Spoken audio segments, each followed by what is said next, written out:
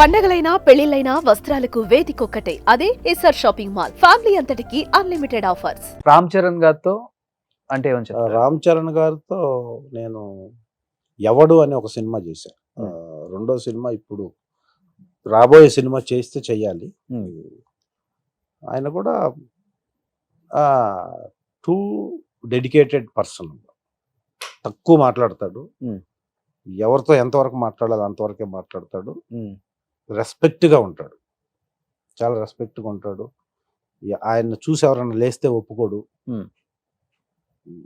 చాలా అంటే మనకి ఉన్న ఇప్పుడు పవన్ కళ్యాణ్ గారి లాగా ఎదుట ఉన్న వ్యక్తి కూడా నాలాంటి మనిషే కదా అన్న ఫీలింగ్ ఎప్పుడూ ఉంటుంది. పవన్ కళ్యాణ్ గారికి ఎక్కువ ఉంటుంది. అంటే మన మీద చెయ్యి వేయాలి లేకపోతే కాలు వేయాలి, ఫైట్లో కాలుతో కొట్టాలి అంటే దానికి ముందు ఒక 3-4 సార్లు అన్నా సారీ నువ్వు నేను ఇలా చేస్తాను, నువ్వు అలా పడతావు, చేయగలవా, చాలా అంటే ఎదుటి మనిషి చేసేదాని వల్ల వచ్చే డిఫెక్ట్లు కూడా ముందే ఎక్స్పెక్ట్ చేసి నువ్వు ఇలా పడితే ఎలా ఉంటుంది, నువ్వు చేయగలవు కదా, లేకపోతే చెప్పేసేయండి ఫైట్ మాస్టర్కి నేను ఇలా ఈ కాల్ టచ్ అవుద్ది, సారీ ఏమనుకోవద్దు అని చెయ్యక ముందు 1-2 సార్లు, చేసిన తర్వాత 1-2 సార్లు చెప్తాడు. గ్రేట్ కదా. సో అది అప్పటికే నేను ఎప్పుడు పవన్ కళ్యాణ్ గారితో ఫస్ట్ ఖుషి చేశాను, అది 2001లో. తర్వాత కాటమరాయుడు చేశాను, గబ్బర్ సింగ్ 2 చేశాను.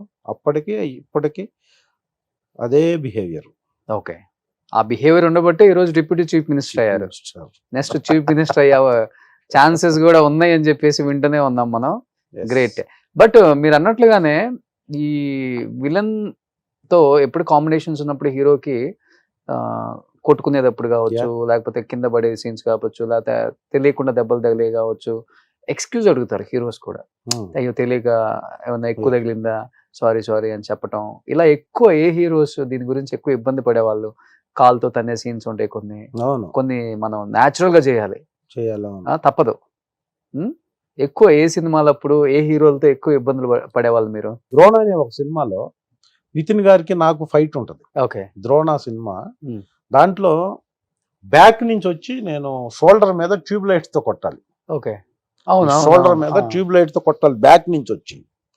అది లాస్ట్ మినిట్ లో టెన్షన్ గా ఫైట్ మాస్టర్ ఏం చేసింటే దాంట్లో ట్యూబ్ లైట్ కి గ్యాస్ ఉంటుంది, గ్యాస్ ని రిమూవ్ చేసి ట్యూబ్ లైట్ ఇస్తారు మనకి. ఆ టైం అయిపోతుంది, లాస్ట్ 5:30 అయిపోయింది, లైట్ పోతుంది, కానీ అని చెప్పేసి గ్యాస్ తీయకుండానే ఇచ్చారు నాకు ట్యూబ్ లైట్. ఓకే, నేను ఇక ఆ టైంలో అందరూ చెయ్యలు ఏం కాదన్నప్పుడు కొట్టాను. కొడితే ఒక పీస్ వెళ్ళిపోయి ఇక్కడి నుంచి ఇలా క్రాస్ చేసి వెళ్ళిపోయింది నితిన్ గారికి.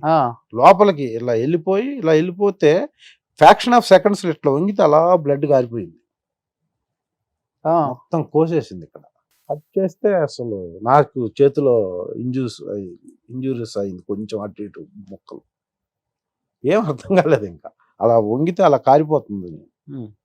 ఇమీడియట్ గా హాస్పిటల్కి షిఫ్ట్ చేశారు. హాస్పిటల్ అది ఎంతవరకు తెగిందని చెప్పి.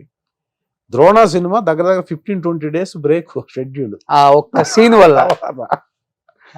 అపోలో హాస్పిటల్కి నితిన్ గారికి షూటింగ్ లో యాక్సిడెంట్, అపోలో హాస్పిటల్కి తరలింపని మేము రామోజీ ఫిల్మ్ సిటీ గేట్ బయటికి రాకముందే స్క్రోలింగ్ టీవీలో.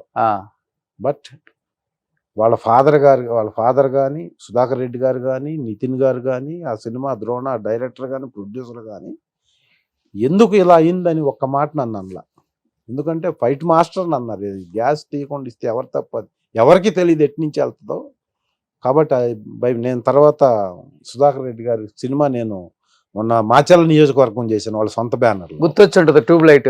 అప్పుడే నేను వెళ్ళి సారీ ఇలా నువ్వేం చేస్తావు, అది బై మిస్టేక్ జరిగింది, ఎవరు ఏం చేయలేరు దానికి. ఓకే, తర్వాత చేయండి మళ్ళా సినిమా షూటింగ్కి వచ్చి చెప్పాను.